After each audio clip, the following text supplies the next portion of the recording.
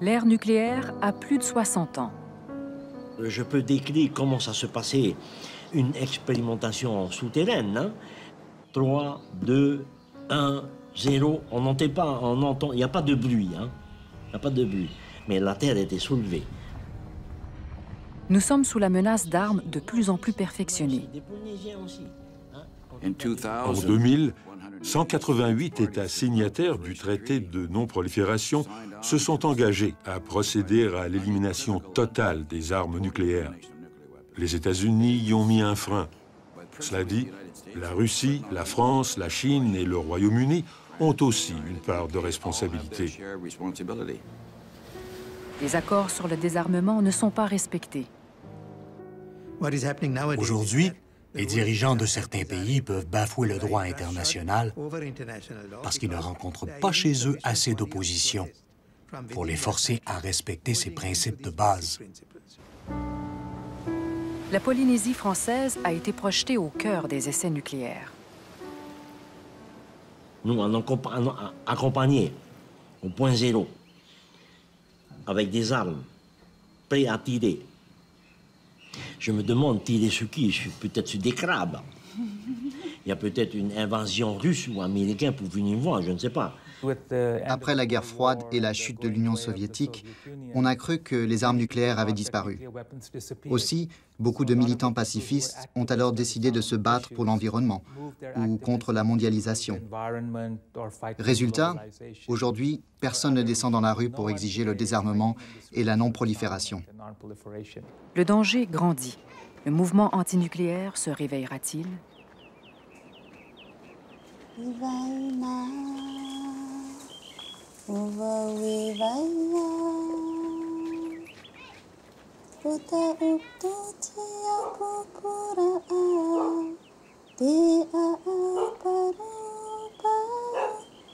Les îles paradisiaques de l'océan Pacifique ont longtemps servi de tremplin aux ambitions militaires des États-Unis, du Royaume-Uni et de la France.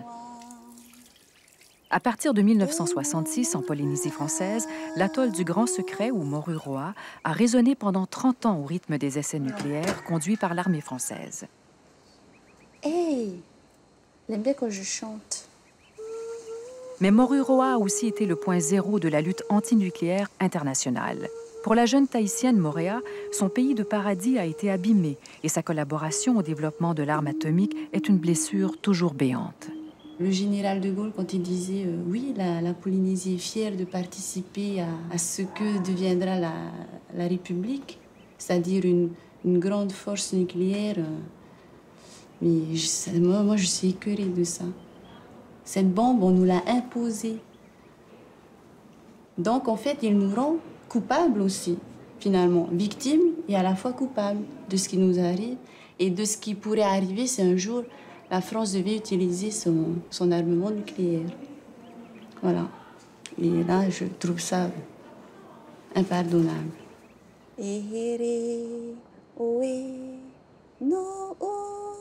Les touristes rêvent de Tahiti, mais au-delà du cliché, le secret qui entoure les près de 200 explosions atomiques françaises empoisonne une société déchirée par leurs conséquences. Dans ce pays semi-autonome où l'économie dépend de la France, on dit le nucléaire tabou.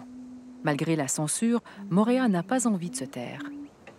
Pour l'instant, je ne sais pas, là, je pense à l'avenir de mes enfants. Nous sommes un tout petit territoire, un tout petit pays, mais nous avons de forts pourcentages de gens atteints de cancer, de la thyroïde, ou des poumons, ou de la vessie. Et bon, c'est affolant, quoi, de savoir tout ça. L'engagement de la jeune institutrice, mère de 2 enfants, est une véritable affaire de famille. Avec son mari, elle a décidé de donner au monde, via l'Internet, une vision de son pays qu'elle déplore ne pas trouver dans les programmes scolaires. On a décidé de parler du nucléaire parce que ça fait partie de notre histoire contemporaine et que le nucléaire a bouleversé notre société depuis les années 60. Et ce qui fait qu'aujourd'hui, on a des mots des sociétés modernes. Oui, on parle de l'histoire de notre pays à notre enfant quand il Quand ils nous posent des questions surtout. Ben, récemment, on parlait de nucléaire, justement. Hein, avec Touraté. Avec Touraté, oui. Ils se posaient des questions. Pourquoi ici? Pourquoi pas en France? Or, bon, ben, c'est une question de logique. On passe par la logique pour qu'ils comprennent qu'ici, ben, c'est un grand océan et il n'y a que 200 000 habitants et que ça risque de toucher moins de population.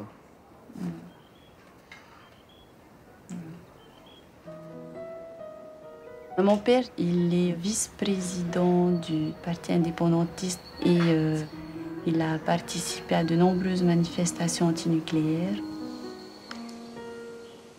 Qu'est-ce que je vais leur expliquer quand ils vont se rendre compte mais qu'est-ce que tu as fait pour que mon pays soit dans cet état? C'est ça ma préoccupation. Nous avons été la génération de la bombe atomique. Jouer au football, ramer, danser, amusez-vous. Ne vous occupez pas d'autre chose. Votre pays en s'en occupe.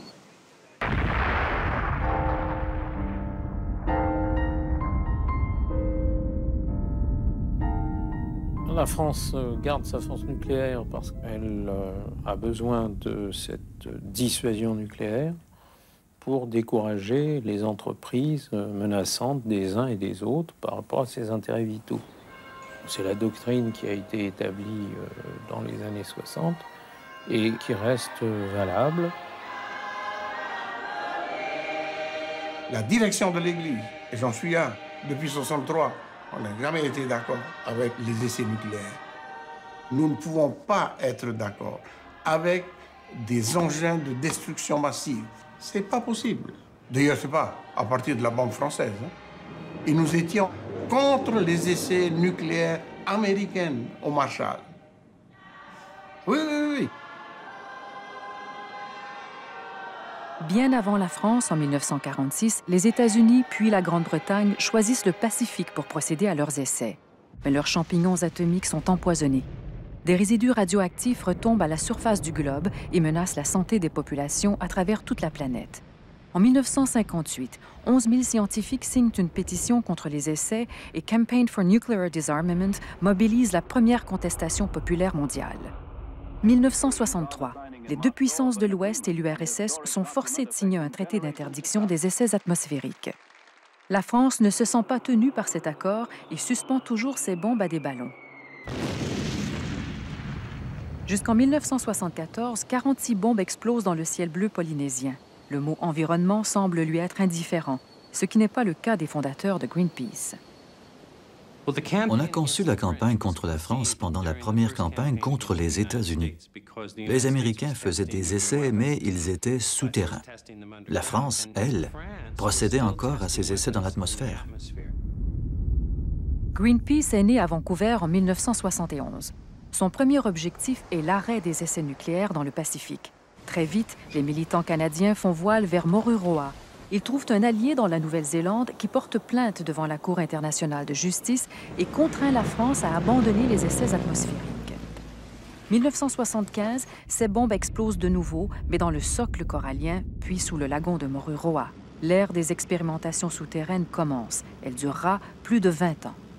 Pour faire exploser une bombe, en fait, il n'y a pas besoin d'essai. À partir du moment où on la configure de façon raisonnable au niveau d'un physicien, il n'y a aucun risque qu'elle n'explose pas.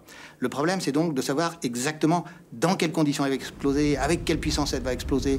Ridicule justification, puisque la bombe, elle a comme but de tuer des populations, des femmes et des enfants. Donc, si vous voulez, pour atteindre ce but-là, il n'y a pas besoin d'être perfectionniste. Je l'appelle tonton Marius, parce que je le connais depuis que je suis toute petite. Mais je n'ai jamais su qu'il travaillait à Moruroa.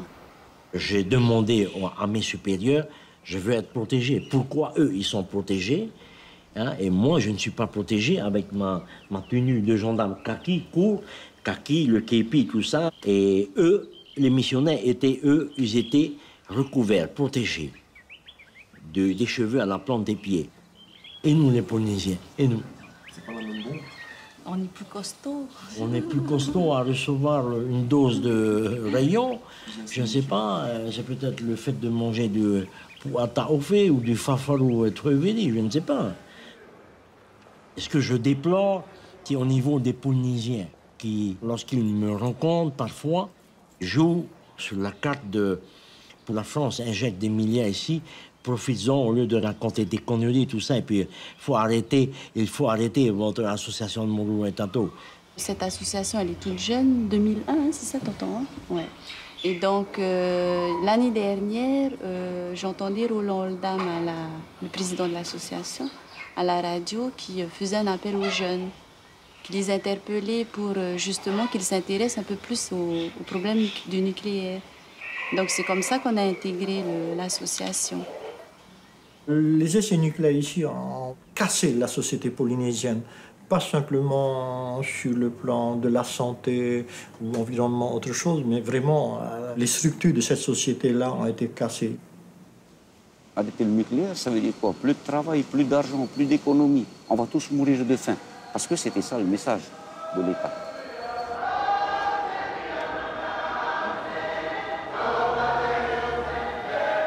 Et si tu étais contre la bombe et que ton frère ou ton oncle travaillait là-bas, ne voulait pas protester contre la bombe, c'est une fracture dans la famille, même entre père et fils. J'ai pris conscience de ça, je devais avoir 24 ans. Il est devenu comme fou, mon père. Comme fou. Quand ta femme et ta fille, je ne veux plus te voir. À l'époque, j'étais adolescente, donc je me disais, mais c'est qui les fous, finalement? C'est ceux qui dénoncent le nucléaire ou ceux qui défendent justement le nucléaire? Et parce qu'aussi mes camarades de classe, par exemple, le nucléaire, ouais, bon, sans plus.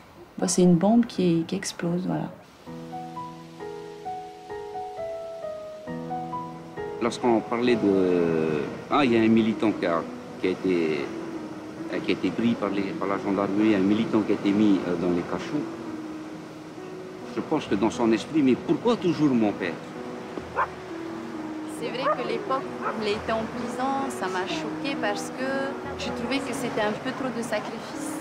Je me suis demandé si ça valait vraiment la peine que lui se sacrifie alors que d'autres n'en avaient rien à faire, quoi. Là, oui, là, j'étais un peu fâchée.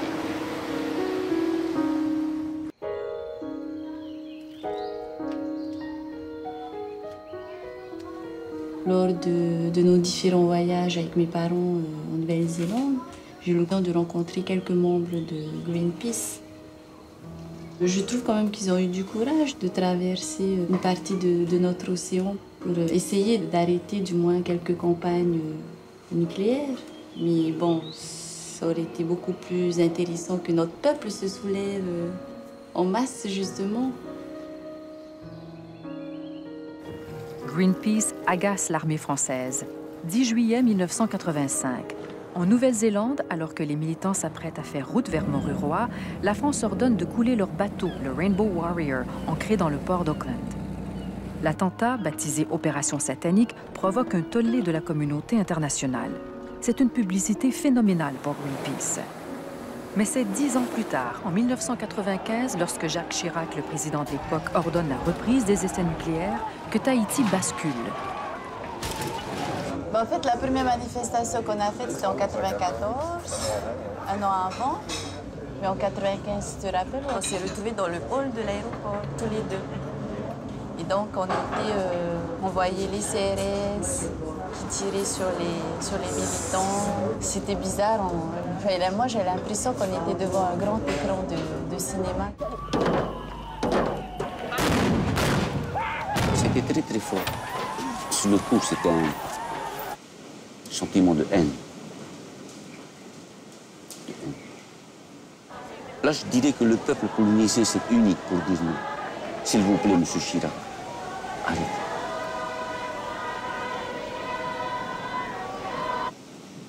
Il a balayé ça d'un coup de revers, disant que ma décision est irrévocable. Une personne a décidé pour l'avenir de mes enfants, de mes petits-enfants, de mes arrière-petits-enfants. C'est insensé.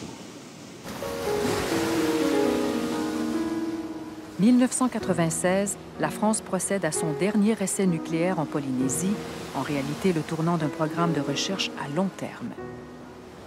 Les derniers essais ont justifié un énorme investissement pour créer des nouveaux appareils, des nouveaux missiles, des nouvelles bombes, et le laser mégajoule et des nouveaux avions. Donc on renouvelle toute la panoplie d'ici 2020. Une des conséquences du développement de nouvelles armes nucléaires par les États-Unis et d'autres puissances occidentales est d'exacerber l'intérêt de pays comme la Corée et l'Iran, qui veulent entrer dans le club nucléaire. 2006 a été une année historique. États-Unis, France, Royaume-Uni, Russie et Chine, tous membres permanents du Conseil de sécurité des Nations unies, ont réinvesti dans leur armement nucléaire. Le message est clair, il est indispensable à leur sécurité, ce qui n'empêche pas ces mêmes puissances de déclarer aux autres pays que l'acquérir est illégitime. Les chefs d'État se trompent s'ils pensent que cela peut durer. On vit encore dans un régime qui date de la fin de la Deuxième Guerre mondiale. 5 pays ont des pouvoirs spéciaux au sein du Conseil de sécurité. Le problème, c'est que ce sont les 5 pays qui ont des armes nucléaires. Cela donne l'impression que détenir des armes nucléaires leur confère un statut particulier. Le monde doit-il obéir à une loi unique ou être divisé en 2 classes?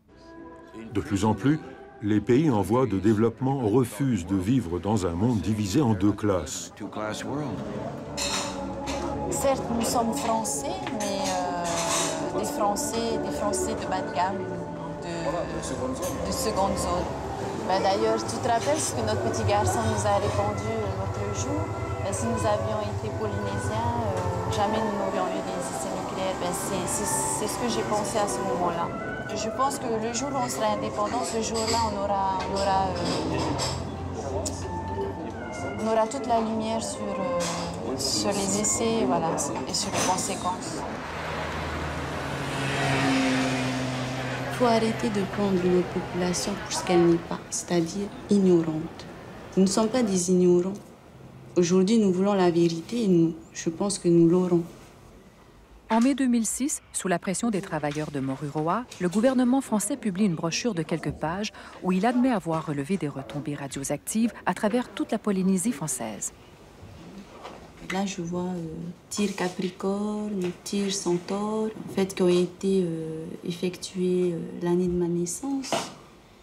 Et depuis 2 ans, je sais que j'ai un problème à la thyroïde et je me pose des questions. Je me demande si ça n'a pas un rapport avec les essais nucléaires, justement. Ceci, c'est pour résumer, pour dire qu'il y a 196 retombées radioactives sur les îles de Polynésie. Mais on ne connaît pas la dose. Enfin, on ne le donne pas. Non, on ne le donne pas. Eux, ils savent. Tout prend du temps en France pour apparaître en public, particulièrement en ce qui concerne le nucléaire. C'est le secret défense opposé à toute information. Le problème existe en Polynésie française, qu'on le prenne sur le versant du malaise collectif, de l'empoisonnement psychosociologique, ou qu'on le prenne sur le versant tout simple de l'omerta qui a été fait sur des dispersions possibles de radioactivité. S'il y a une psychose quelque part, c'est que aussi l'État d'un côté, justement, crée cette psychose-là. On veut savoir quelle est la dose de ces retombées-là. On nous dit bien sûr à la fin 196, mais c'est aucune importance, sans conséquence sur la santé. La vérité, il nous faut la donner. Après quand même des années et des années de cette ambiance comment dirais-je, de cachotterie, même il faut même dire les choses, de mensonges. Les populations sont inquiètes, elles le sont à juste titre, parce que je crois qu'on leur doit la vérité, mais militer pour la transparence, militer pour la vérité, ne veut pas dire nécessairement être catastrophiste.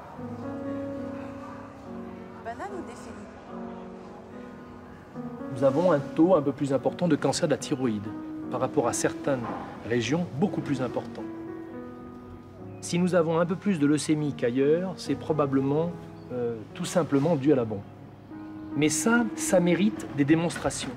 Il faut se dépêcher de faire des prélèvements sur les gens qui sont vivants. Quand on cherche à rencontrer les anciens travailleurs de Moruroa, le plus simple est d'arpenter les couloirs de l'hôpital de Papeete, non loin du département d'oncologie. Il a travaillé à la DCAN. C'est un centre ici qui répare les bâtiments de la marine qui deviennent justement des centres d'expérimentation. Et puis là maintenant, il a cancer au poumon gauche. Il a passé un très court séjour à Moruroa de 6 mois. Et la deuxième fois, on l'a fait ramener parce qu'il avait des problèmes de respiration. Donc, il a eu 3 frères, normalement, qui ont travaillé à Moruroa.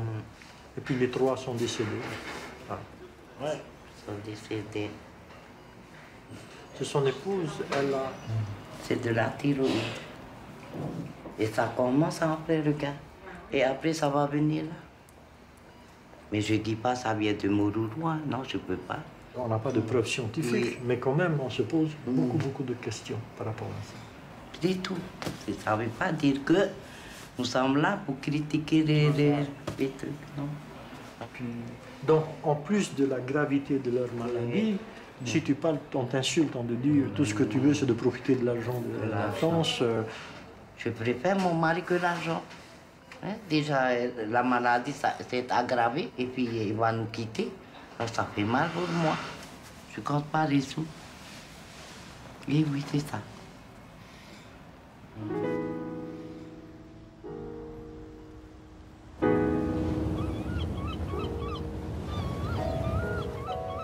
Ici, pendant des années, on m'a suivi régulièrement.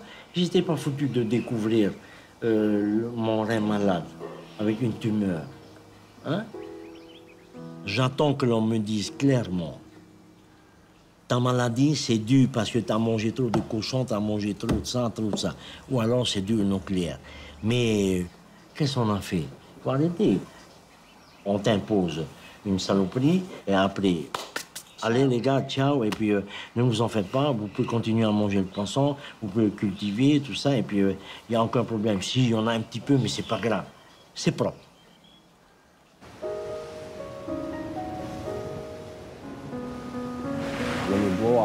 Quand une bombe explose, une bonne quantité de plutonium n'est pas consommée et reste sur le site, aussi longtemps que ce plutonium est contenu sous la terre. Ce n'est pas un problème. Mais s'il se disperse dans l'eau et dans les plantes, ça peut le devenir.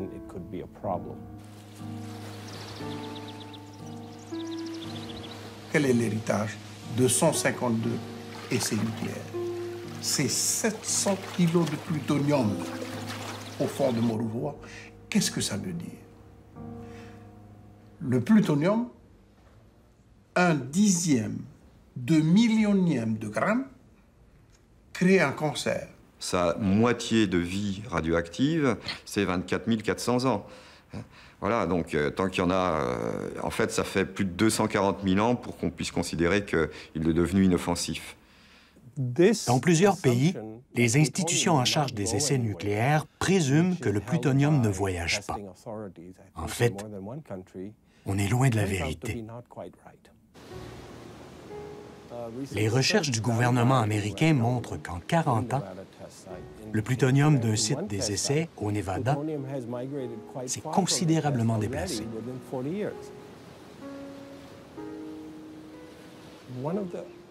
En plus, on a récemment découvert que le plutonium est une substance chimique très compliquée. Son comportement est très difficile à caractériser. Et il se peut qu'il voyage dans l'eau plus rapidement que prévu. C'est un autre sujet d'inquiétude. Et nous avons 700 kilos, là au fond. Aujourd'hui, ni l'armée, ni personne ne savent si Moruroa est stabilisé. Une partie de Moruroa commence à s'enfoncer. Voilà l'héritage qu'on a. Et on veut nous dire qu'il faut fermer, clore le chapitre de Moruroa. Non, jamais. 700 kilos de plutonium enfouis dans nos sols. Et je me dis, mais est-ce que ça vaut le coup finalement de faire des enfants? Si c'est pour les livrer comme ça à un drame qui pourrait certainement arriver, tu vois?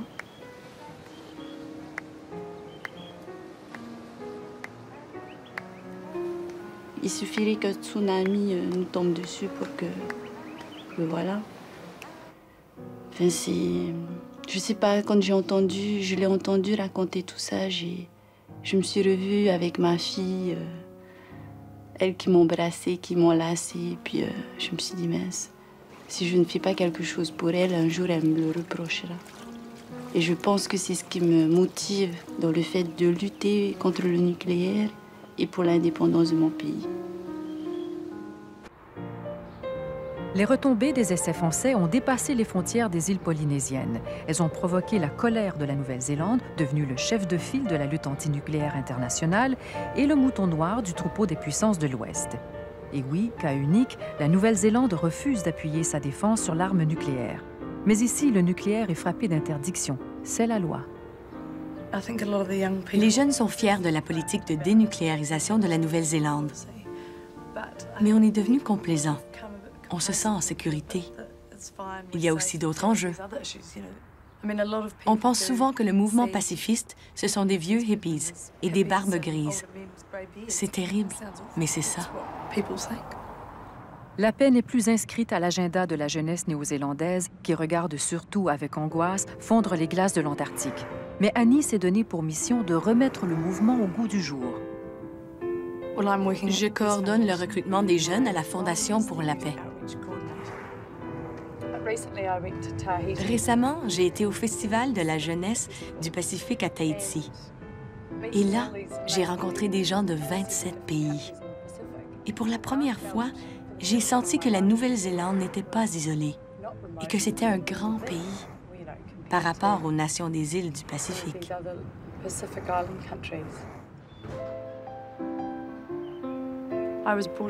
J'ai été élevée par une mère pacifiste. Elle milite pour la paix depuis au moins 30 ans. Alors j'ai ça dans le sang. Et je sens que je dois poursuivre son travail. Un jour, ma mère m'a acheté un autocollant Greenpeace. C'était une image du Rainbow Warrior. Le fait qu'un acte terroriste contre un bateau avec une mission pacifiste soit commis dans notre port m'a fait douter de la sécurité de mon pays. Aujourd'hui, les jeunes transmettent à une nouvelle génération le message d'espoir qu'on leur a donné avec notre politique antinucléaire. Ça fait 20 ans qu'elle a été adoptée. On veut que les jeunes le sachent car Annie n'avait que 4 ans quand la loi a été votée. Les Tahitiens plus âgés n'ont pas parlé des effets des tests? Non. Rien? Rien sur le nucléaire. Mais c'est essentiel. Pourquoi, d'après toi? J'ai le sentiment que c'est peut-être parce que la France a mis beaucoup d'argent dans le festival. Et les gens n'étaient pas au courant du problème? Non, je ne pense pas. Quand je vois ce que maman et les pacifistes de Nouvelle-Zélande ont obtenu, ça me donne de l'espoir. Je vois que des gens ordinaires peuvent changer les choses. Et je sens que, moi aussi, je peux contribuer. Pour éviter que les jeunes ne se laissent gagner par le sentiment d'impuissance, les pacifistes leur rappellent la longue croisade qui libéra leur pays du nucléaire. Je me sens fière. Les gouvernements et les politiciens embarquaient sur les bateaux pour protester. Nous étions des gens ordinaires travaillant avec les gouvernements. C'est un partenariat qu'on ne retrouve pas beaucoup ailleurs. On a construit à partir de là. Remarquez qu'il a encore fallu 12 ans avant que le gouvernement Longyear se fasse élire sur un programme antinucléaire. Et ensuite, ça a été renforcé par la stupidité des Français, qui pensaient régler le problème en faisant exploser le Rainbow Warrior. Bien sûr, ça a eu l'effet contraire dans le pays. Ce n'était pas seulement la France. Il y a eu la Grande-Bretagne, en Australie, dans les régions aborigènes. Les retombées de ces essais ont aussi atteint la Nouvelle-Zélande. Donc, ce n'était pas seulement Tahiti. Les Britanniques ont précédé les Français dans le Pacifique. Dès 1952, en Australie, puis sur les îles Malden et Kiriti-Mati, avec le soutien de l'armée néo-zélandaise, ils ont testé et développé leur arsenal nucléaire. C'est une étude qui vient de sortir. Elle révèle la présence d'aberrations chromosomiques élevées chez les vétérans néo-zélandais des essais nucléaires il y a presque 50 ans. En résumé, elle dit qu'ils souffrent de dommages génétiques. On a participé à un congrès national sur le désarmement où la fille d'un vétéran des essais nucléaires a parlé. Son père était trop malade pour le faire. Elle a grandi avec la peur d'accoucher d'un bébé difforme, et cela même en Nouvelle-Zélande, parce que son père avait été exposé aux radiations des essais nucléaires dans le Pacifique. J'ai de la chance. J'ai eu 3 enfants normaux. Et je ne vis pas avec les effets des radiations. Je pensais que c'était normal. Jusqu'à ce qu'à l'école, on nous assoie sur des matelas et on nous demande ce que nos parents faisaient. La plupart des enfants avaient une mère enseignante ou infirmière. Moi, je disais, ma mère essaie d'éliminer les armes nucléaires.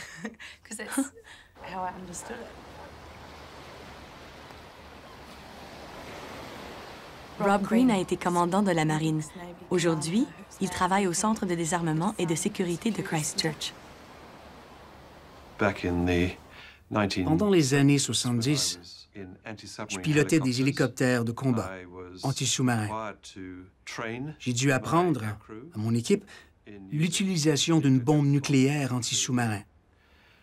J'ai vite compris que si on la larguait d'un hélicoptère, on ne pourrait pas échapper à temps. C'était une mission suicide. J'ai posé des questions et on m'a répondu qu'on n'aurait probablement jamais à l'utiliser. J'étais stupéfié, mais ambitieux.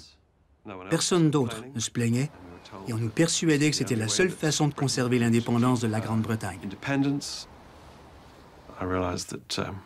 Ce n'est que bien plus tard que j'ai compris que c'était faux. Quand je me suis converti à la cause antinucléaire, le mouvement pacifiste britannique me méprisait. J'ai dû leur expliquer que je n'étais pas un psychopathe et que mes amis non plus. On était des militaires de profession qui croyaient en ce qu'ils faisaient. J'estimais moi aussi que les armes nucléaires étaient une aberration.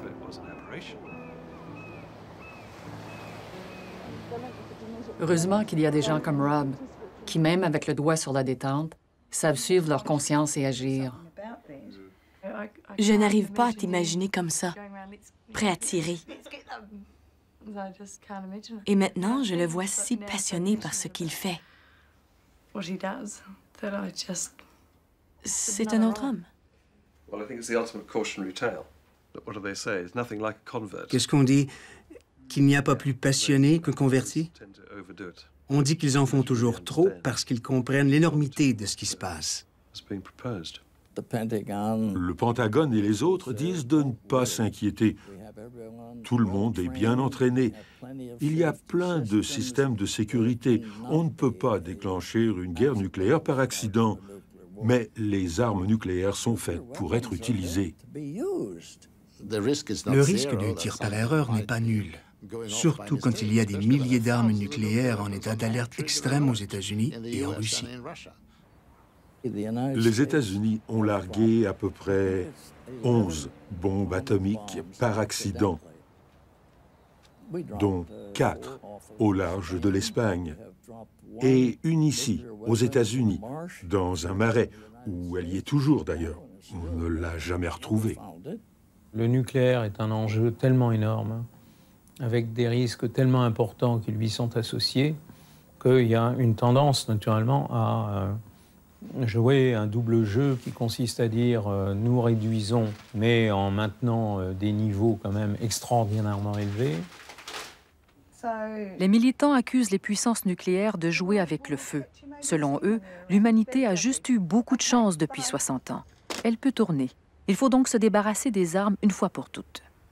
En 1986, quand on a lancé le projet de la Cour internationale de justice, on avait le rêve que si la Nouvelle-Zélande pouvait déclarer les armes nucléaires illégales, les autres pays aussi. En allant devant la Cour internationale, on éveillerait la conscience des gens partout dans le monde ils comprendraient que ces armes sont contre les lois et qu'elles sont immorales. On croyait que ce serait facile de convaincre l'ONU et la Cour internationale et qu'un jour, les armes nucléaires seraient déclarées illégales comme dans notre pays. Dieu merci, nous étions des rêveurs et pas très réalistes. Et surtout, nous avions l'espoir. Les sources véritables du droit international, à part les traités, sont le droit international coutumier et les règles de justice naturelle reconnues par les systèmes juridiques du monde entier. Ces principes sont catégoriques sur l'interdiction des armes nucléaires et sur leur illégalité. Elles ne peuvent pas servir à attaquer ou à menacer. Unanimously, a threat or use of force by means of nuclear weapons, and that is contrary to Article 2, Paragraph 4 of the United Nations Charter and of Article 51, is unlawful. La dissuasion nucléaire dit ceci. Nous avons des armes nucléaires, mais l'objectif n'est pas de les utiliser. L'objectif est de pouvoir en disposer, c'est-à-dire qu'on n'est pas dans l'ordre du réel, on est dans l'ordre du virtuel. La possession de ces armes va à l'encontre du droit international, parce que cette possession implique une menace d'utilisation ou l'utilisation elle-même. Les pays nucléaires ou les alliances nucléaires comme l'OTAN usent toujours de la dissuasion, donc de la menace, et le combat des militants continue. Je participais à un panel avec un conseiller pro-nucléaire du gouvernement britannique. Il était très cynique vis-à-vis de l'opinion de la Cour internationale de justice sur l'illégalité de la dissuasion nucléaire. Pour lui, aller en cour avait été une erreur parce que les gouvernements ignoraient son jugement. Effectivement, c'est le cas. Il s'appuyait sans arrêt sur l'idée que ces armes ne seraient jamais utilisées. Et ça, pour moi, c'est le cœur du problème. Pour qui prône la dissuasion nucléaire? S'ils affirment qu'ils n'auront jamais recours aux armes nucléaires, alors la dissuasion ne marche plus. Mais le juge Wirramentry dirait que la dissuasion, c'est une utilisation de l'arme nucléaire et qu'on l'utilise dès qu'on menace de l'utiliser. Et la première fois que vous êtes allé devant la Cour, vous vous êtes battu pour inclure la menace, n'est-ce pas? Oui, les avocats et les militants du Pacifique Sud ont fait ajouter la menace à la question initiale. Sinon, les États nucléaires auraient dit que leurs armes servaient à la dissuasion, c'est-à-dire la menace, et qu'ils ne les utiliseraient jamais. Et maintenant? Maintenant, on retourne devant la Cour? Passe-moi la confiture. À l'époque, l'obligation de parvenir au désarmement nucléaire total fit l'unanimité auprès des juges. Les militants se battent pour que cette opinion soit respectée. Si je comprends bien, les avocats et les autres veulent utiliser la partie unanime de l'opinion et voir comment, après 10 ans, elle pourrait être renforcée. Voir dans quelle mesure ça agisse toujours dans l'illégalité. Est-ce que c'est ça? Oui. Ils cherchent un nouveau levier pour amener les États nucléaires à se conformer au jugement et à désarmer complètement, pas seulement à réduire. Leur arsenal nucléaire. Oui. En fait, c'est le contraire depuis la décision de la Cour internationale de justice. Les États-Unis, notamment, attribuent de nouveaux rôles aux armes nucléaires. C'est presque le retour à la guerre froide. Mais avec la guerre contre la terreur à la place, ça va être encore plus difficile d'intéresser les gouvernements.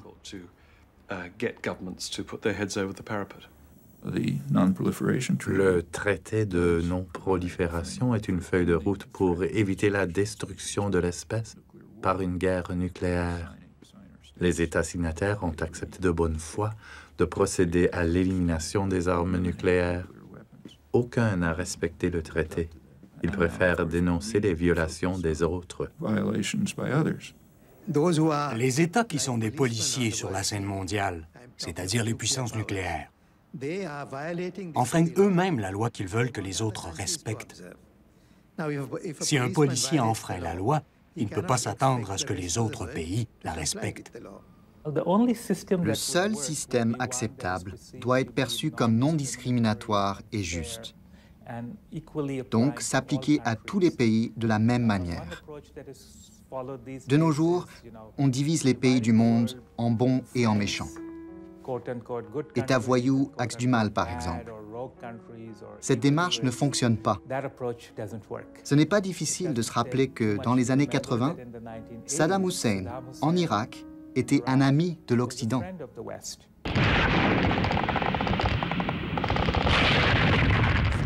Les services secrets savaient que l'invasion de l'Irak déclencherait la prolifération nucléaire et la terreur. Ce sont les seuls moyens de dissuasion qu'ont les autres. Personne ne va dissuader les États-Unis en leur faisant la guerre. Les dépenses militaires des États-Unis correspondent à peu près à l'ensemble de celles de tous les autres pays.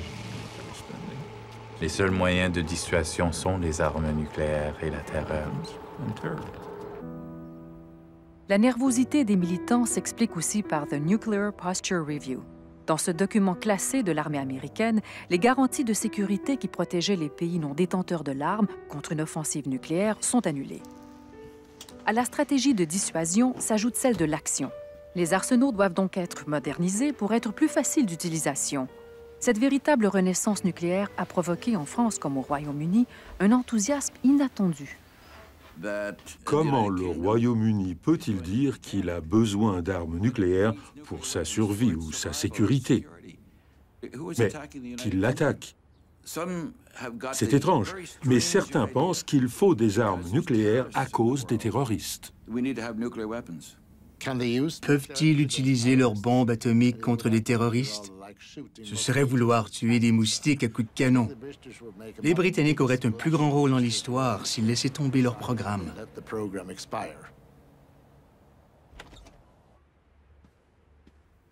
On en est encore aux guerres napoléoniennes entre l'Angleterre et la France. Parce que chaque fois que je demande à des militaires britanniques haut placés pourquoi il leur faut des armes nucléaires, ils répondent « Ce n'est pas une question de sécurité. Ce n'est pas les Russes. C'est à cause de la France. Nous ne pouvons pas laisser la France être la seule puissance nucléaire d'Europe. » Ils ont peur que l'Angleterre devienne comme la Nouvelle-Zélande. Sans ces armes nucléaires, elles n'auraient plus d'importance dans le monde.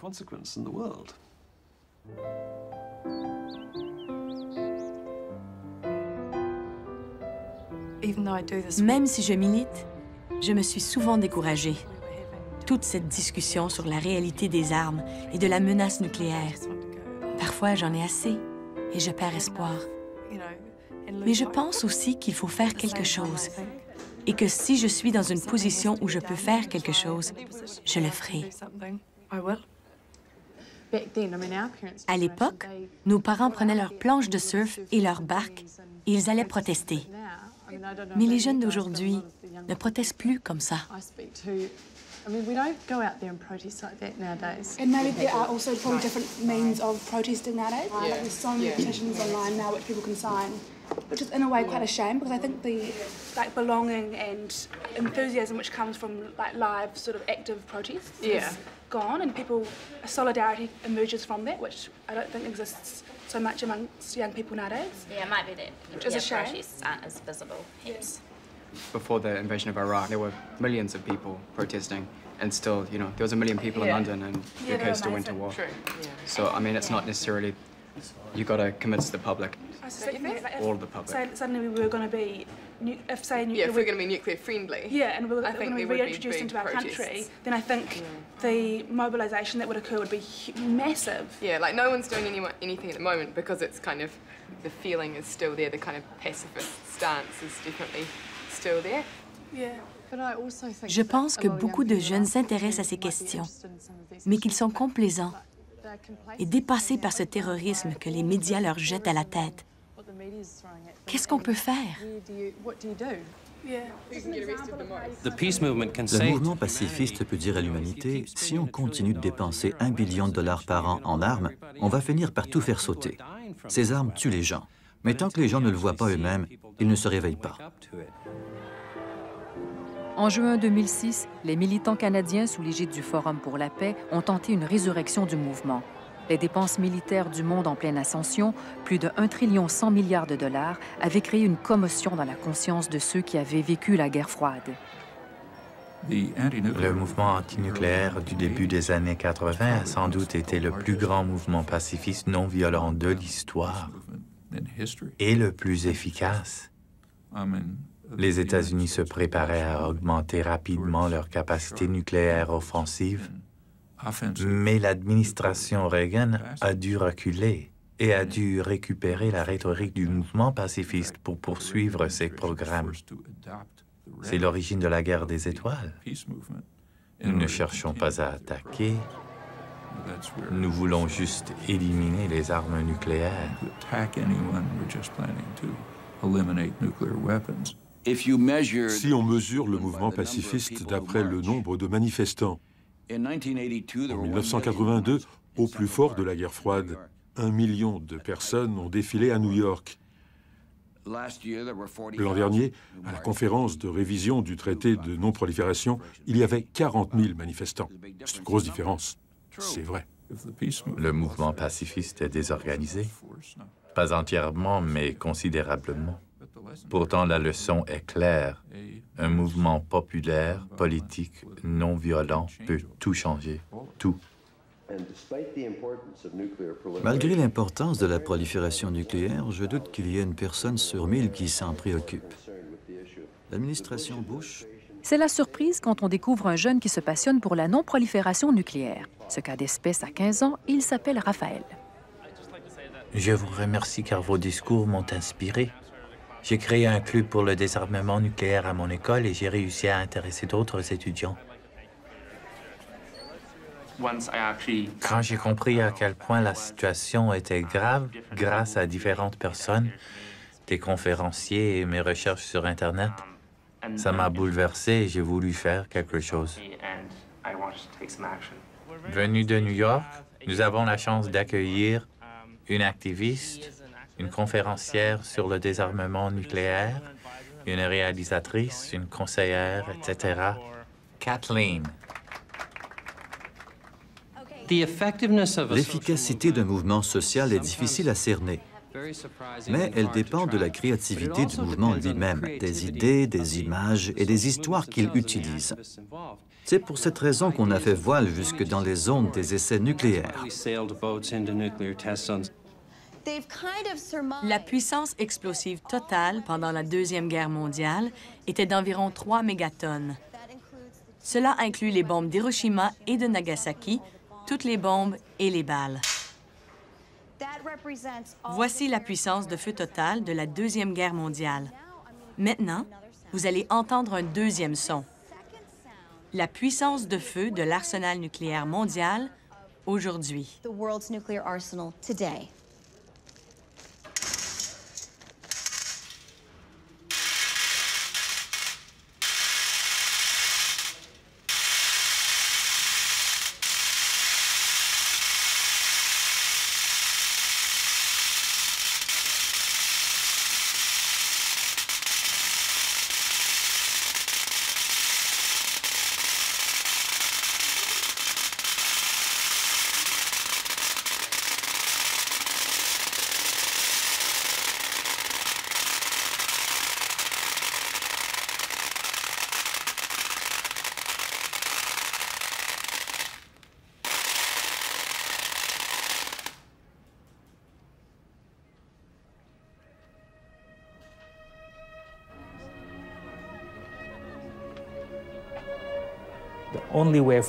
La seule façon de progresser et d'arrêter cette course folle à la capacité d'acquérir un armement nucléaire serait que les pays qui ont des armes nucléaires y renoncent et fassent reposer leur sécurité sur des moyens non nucléaires.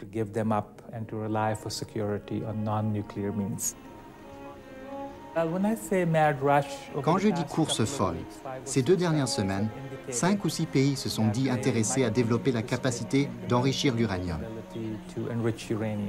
L'Australie, le Canada, l'Ukraine, le Kazakhstan, l'Afrique du Sud.